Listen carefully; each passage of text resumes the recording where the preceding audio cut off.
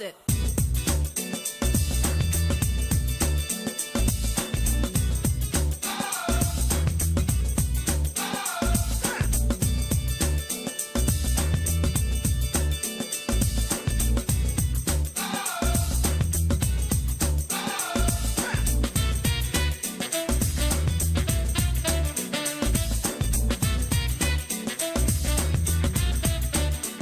Hello out there, and thanks for joining us on Political Platform. As usual, we have all the reports for you this morning, and it's a midweek edition of the program.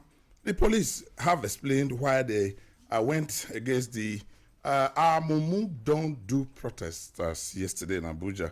The conveners also explained how it all went, and we will be explaining the both sides to you, and indeed from the video recordings and our correspondents' observations of what happened yesterday against what the protesters said and what the police said.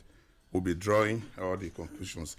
The Senate has asked those who are protesting to leave the president alone, jumping into the fray without even being invited because the protesters didn't even go to the Senate.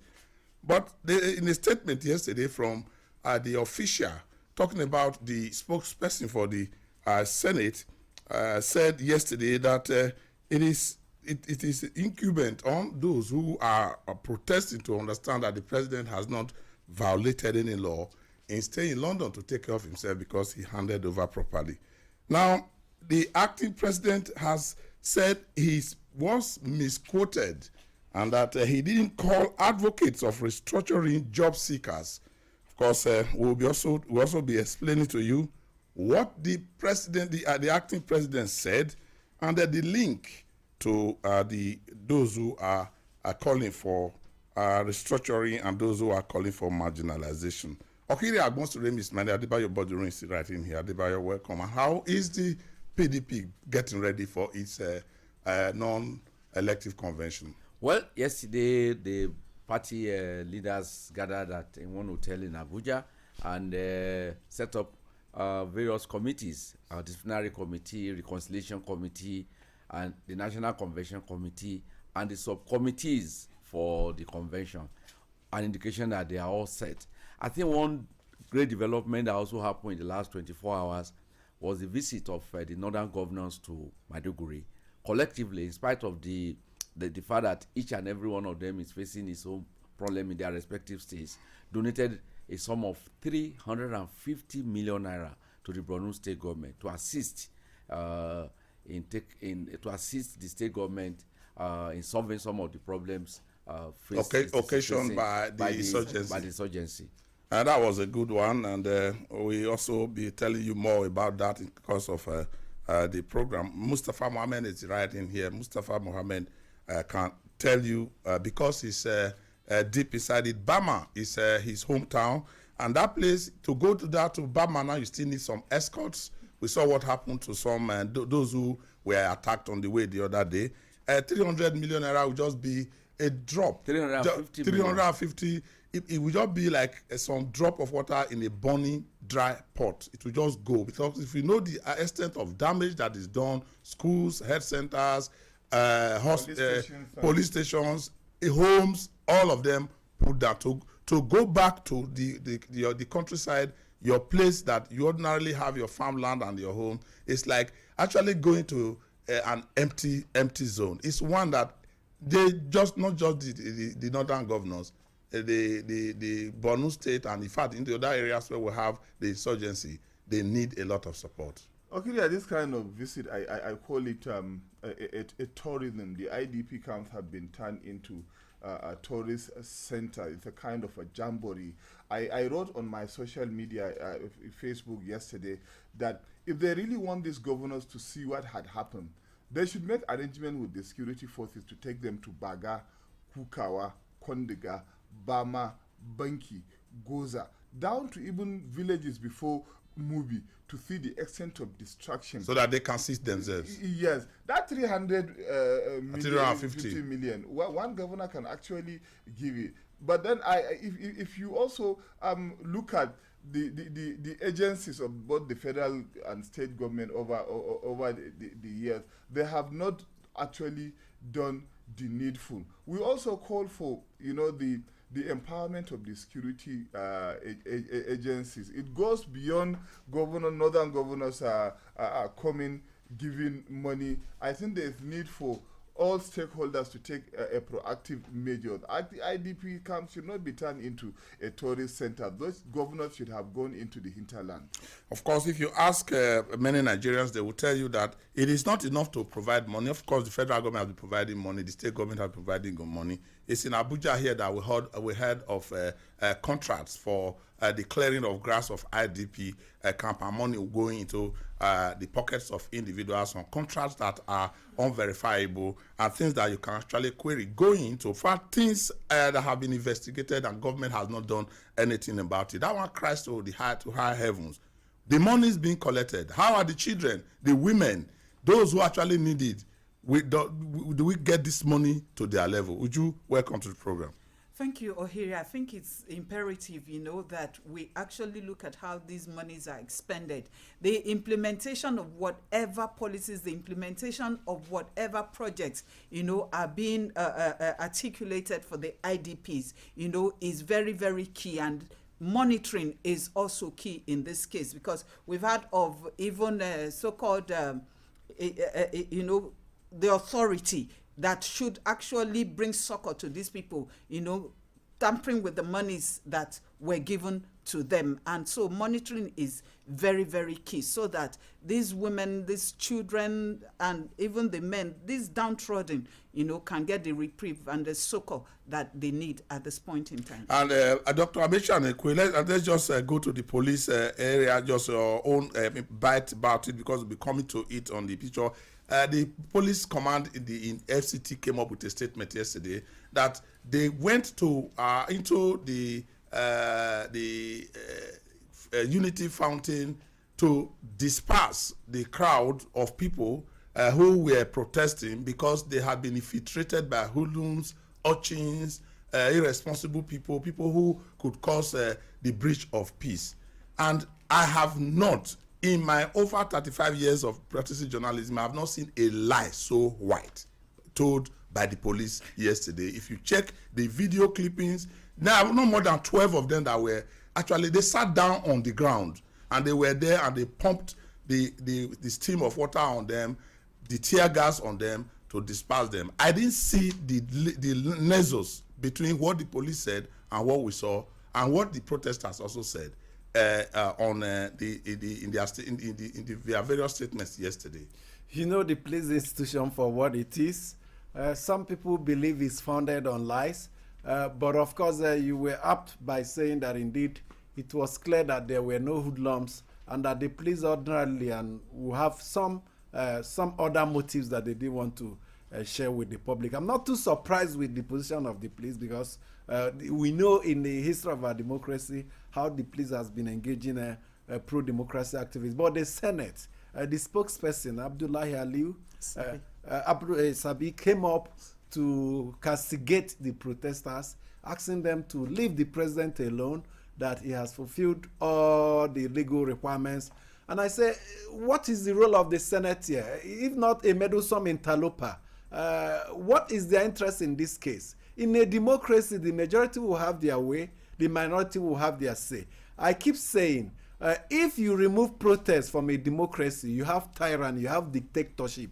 That's why military governments, whenever they carry out a coup d'etat, they suspend the constitution, those parts that guarantee rights, freedom of speech, freedom of assembly, freedom of association, they remove it, thereby turning that state to a police state. What the Senate, through its spokesperson, said yesterday is that people should not express their opinion, no matter what it is. I plead with the Senate to respect itself and as an institution, restrict itself to the functions ascribed to it in the Constitution, and allow the people to express their opinion. If the opinion is in violation of any law of the land, we have several security agencies that can take them to court and punish them adequately. But opinions must be expressed, and anybody or institution trying to suppress opinion is in greater violation of the Constitution, and they owe Nigerians. We already have a precedent in Taraba State where the governor got incapacitated after his plane dropped like an apple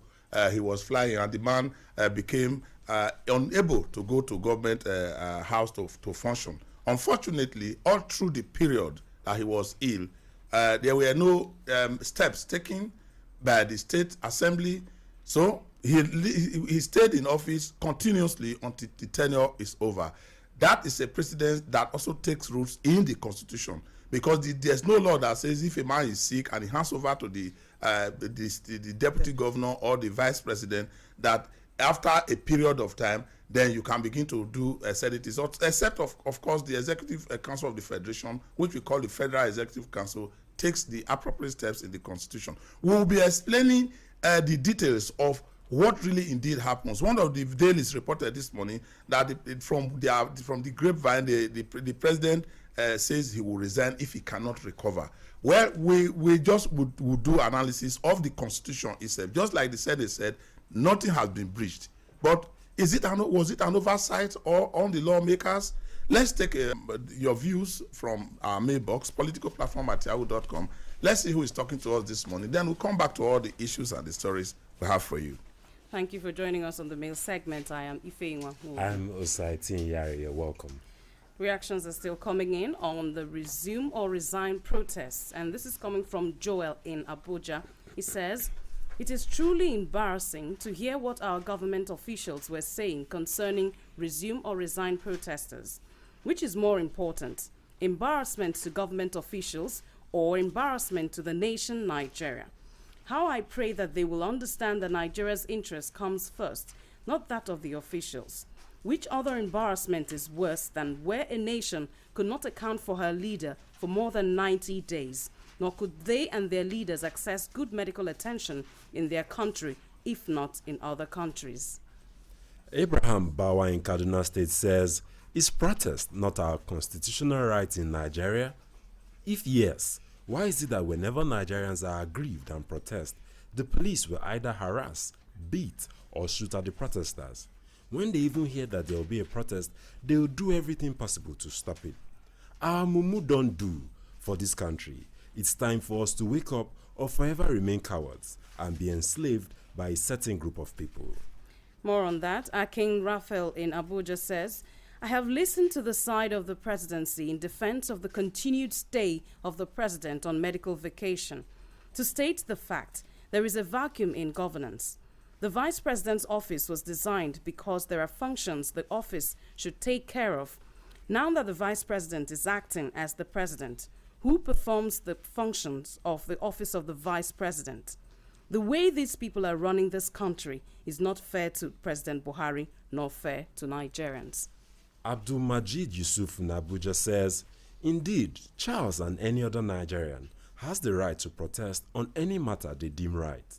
Whether the matter under protest can ensure good governance is another issue. From the point of legality, no extant law has been breached, and no law says how long a president or governor can be absent from the seat of government.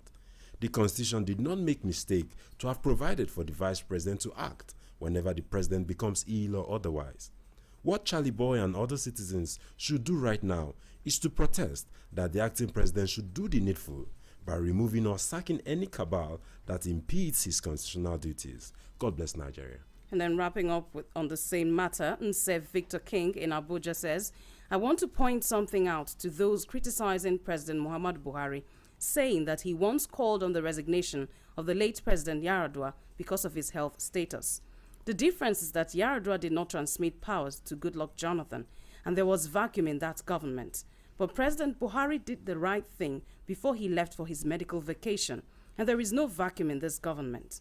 Moreover, there is no place in the Nigerian constitution that says a president who had transmitted powers to his vice will lose his seat after 90 days if he does not take back his position. Buhari will not resign, and I will still vote for him come 2019.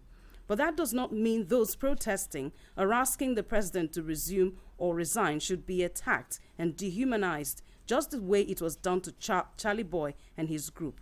It shows that either the police is not actually our friend or they don't know the position of the law as regards protests. Why attacking armless and non-violent protesters? Because they are protesting against the government in power. If these policemen are not brought to book, as a lesson to others. I will henceforth look at Nigeria as a lawless country. That's it on the mail segment today. Keep sending your mails to politicalplatform@yahoo.com. You can also see episodes on our YouTube channel. Bust it! They present the popular radio program Political Platform on the Ray Power FM network. Ray Power FM Political Platform, now on television. Keep track of the country's polity and be part of the process as they discuss and put political developments in the country into perspective. It's Ray Power Political Platform on AIT Abuja. Yeah, that's correct. You can subscribe to and watch videos on our YouTube channel, AIT Political Platform. And on the go, you can download our app, take down our app from the app store, and that is Ray Power, and you are able to listen to Ray Power on the go anywhere you are, particularly if you do not have the radio or the access to the YouTube channel. You can listen to us, listen to all the beautiful information we give to you, music, and of course, political platform. Now, the issue on ground is we have tried. We must quickly just establish that even yesterday we tried to get in touch with the police, call them to answer us, but usually they do not refuse to pick our call, particularly the first public relations officer. But we now understand why he didn't pick our call. That assignment was executed by the FCT Police Command. So we resorted to the FCT Police Command, and we were politely told that they were studying the situation, that they cannot talk to us immediately. As we speak, they are not willing to still talk to us, apart from the statement that they have issued. They have issued a very, very elaborate statement saying that the hoodlums and urchins, irresponsible members of society, those who want to bridge the peace, were on ground, and they were seen hijacking the protest, and that is why they, in order to save the society, particularly Abuja, that has been very peaceful, from going into some corners of some protests that turn violent, they had to stop it. That was the statement they issued yesterday. Like I said, I've never seen a lie as good as that. It's one that you want to really ask who issued that statement. I think the Office of the Inspector General of Police should be interested in who issued that statement, who authorized that statement to be issued, because it's so obvious. In that statement, they also acknowledge that those who are protesting have a right, and that they know that the Constitution, they even quoted sections of the Constitution that guarantees citizens of the right to protest, but that such protests should be peaceful and should be guarded. Now, who has a right to protect the protesters? Is it not the police? Now, if it's Charlie Boy and his 12, just about 12 of them who sat armless on the ground and were singing, were tear gassed, who has a right? Yeah, who has a right to, who has the duty to protect them from? There were not many. It was not like 500, 1,000 people that came, so you wouldn't know. There were just about only 12 of them. And they were also very, very clear in their attire. They wore a particular dress with inscriptions on it, so you could actually know who was protesting. Is it not the duty of the police to protect those who are protesting? The Nigerian society knows Charlie Boy Oputa very well. We all know he's not a hoodlum. We all know he's not a gangster. And he's led protests in the past, and it never turned violent.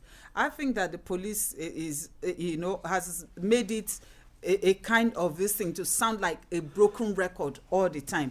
Anytime they need an alibi, anytime they need something to cover up, they just bring up, as if Nigerians are dummies, as if Nigerians have no brains to think. They just want to dump any kind of excuse on us. I think that they should apply more finesse, when dealing with the public. And most importantly, they should respect the Constitution of this country and, leave Nigerians to express their rights as enshrined in the Constitution. And you know what is particularly bad about it? When they are in this kind of corner, when you call them, they will not answer you. Of course not. They will tell you, but when they need you now, they call you 20 times. It pains me so much, and I've not always hidden my feelings and my sentiments when rights of Nigerians are violated, especially freedom of speech. That's the only thing you can take away. That's the only thing the Constitution guarantees you. The government does its work and you do your own, and it's part of even the process. In the United States, the bastion of democracy, which we try to copy,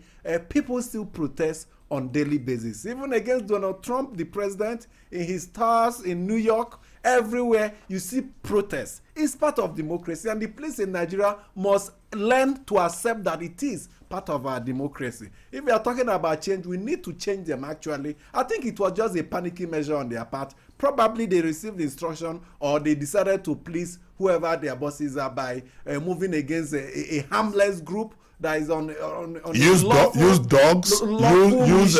the water cannons, you use the baton. In fact, Charlie Boy had a black eye yesterday, and he was, one of them was actually taken to. You want to imagine what? And is a problem that is with the institution of the police, because in the past there were former inspector generals that talked down on protesters. You recall the one that told the Bring Back Our Guest campaigners that you can't come and protest in this city. The city does not belong to anybody. The city belongs to every Nigerian. In as much as you're doing it lawfully, I repeat, lawfully, and you're not infringing on the rights of others, you must have that right to protest, and it must be protected. I think the problem we have is that democracy is flourishing.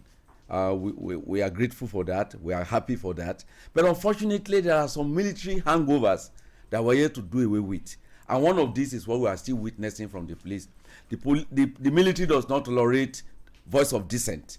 They don't tolerate opposition. They find the command structure. You have to obey. And that is precisely what is still happening. There are some institutions that are yet to recover from the fact that we are no longer under military dictatorship, and that the rights of Nigerians can no longer be trampled upon anyhow. The police is one of those institutions that it is better for them to learn very fast that the military era of dictatorship is over. Now, I think Mustafa, we missed. Is it our friend Alobi? You remember? Lawrence, yes. You know, during his days as police commissioner, he will not send anybody down to. He will be on ground himself to personally see how it is done. He will address the protesters and tell them the extant laws don't go violent. We will follow you. He will march and follow them and make sure that nobody takes the law into the hand, and his men will be on ground. At the end of the day, the protesters will do within 2-3 hours. They will do their job and they will go. When you look at this whole thing, at times I will not even blame the police. You see, the institutions are faulty. Like we have been saying on this program.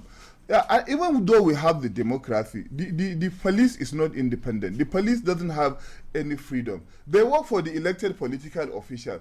If not, how do you even explain that before a police carries out an operation, a politician has to endorse and give instruction and finance before they do anything? Why is it that we have more policemen and officers guarding private individuals, private houses? One person or his wife will be carrying 4 or 5 policemen. Look at the IBR speaker's wife's case. This is just a drop of water in the ocean. So long as the Nigerian police does not have the kind of independence, finances, freedom to operate within the extant laws, then this kind of things will continue happening. And unfortunately, Nigerians will continue to blame the police because they didn't know that the police doesn't have freedom. The politicians can hire and fire an IG, DIG, AIG, and a commissioner, and to protect their job in Nigeria where jobs the police service commissioner. Exactly,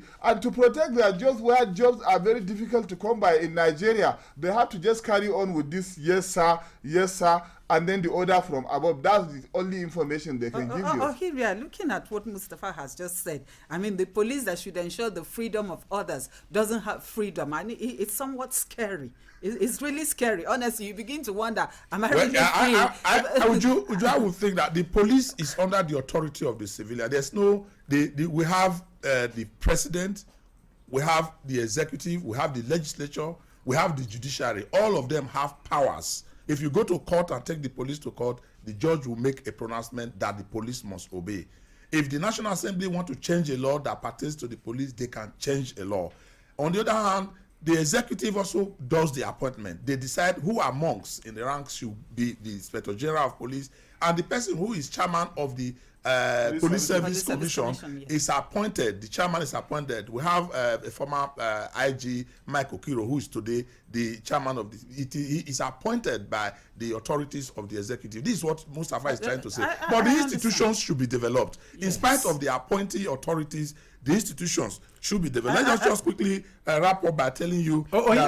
Sorry, I need to add that we just, despite the fact that we are giving the police some knocks, we also recognize the very difficult situation they operate. Some days ago on this program, you described them as miracle workers. Yeah. And we agree with you. We know the challenges they are facing, and we have been talking on this program on the need for greater funding and greater transparency in the management of the police, including resources. the training on how to handle civil disturbances. We just want the police as an institution to get better and move alongside our democracy. And I also think the seeking of undue political favors is also part of the problem. They should stick to their job. Okay, Acting President Yemi Osinbajo has said he was really taken aback and surprised that persons were misinterpreting what he talked about. Where it was reported largely in some sections of the media that the president has said those who are clamoring for restructuring are those who are job seekers. He has said that what he said was not that those who are clamoring for a restructuring are that they are the advocates of restructuring are job seekers. What he says, those who are clamoring for marginalization, if you look at the lips of those who are talking marginalization, it is that they want to get some appointment, they want to get a job. And largely those who in the history of Nigeria clamor for marginalization, that who shout against marginalization, are those who are saying we have not been appointed, we have not gotten enough seats here in the Southwest. He actually mentioned Southwest in specific terms. We have not gotten enough seats and the others. But the question we will probably want to ask those close to the acting president and the acting president himself is there any difference between the clamoring for marginalization and those who are clamoring for restructuring? I thought they were the same voice.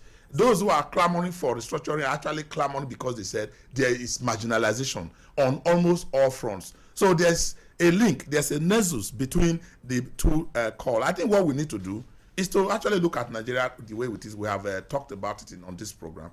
Let us take a look at it and stop this wrong trip on the wrong track.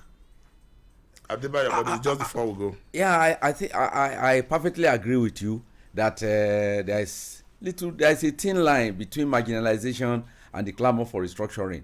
If we run an all-inclusive government, if every section of the country is benefiting from government projects, there will be less cry if people are recruited across the country on merit, I think the issue of marginalization will become a thing of the past. All right, Adebayo Bothering, we have to wrap it up here because our time is already up. We need to encourage you to write to us, politicalplatform@yahoo.com. And remember to subscribe to our YouTube channel, AIT Political Platform, where you get. And for those in Abuja, you can watch the program on AIT Abuja at 6 p.m. Okiri Agbonsuremi here. In another 24 hours, we'll be back. Busted.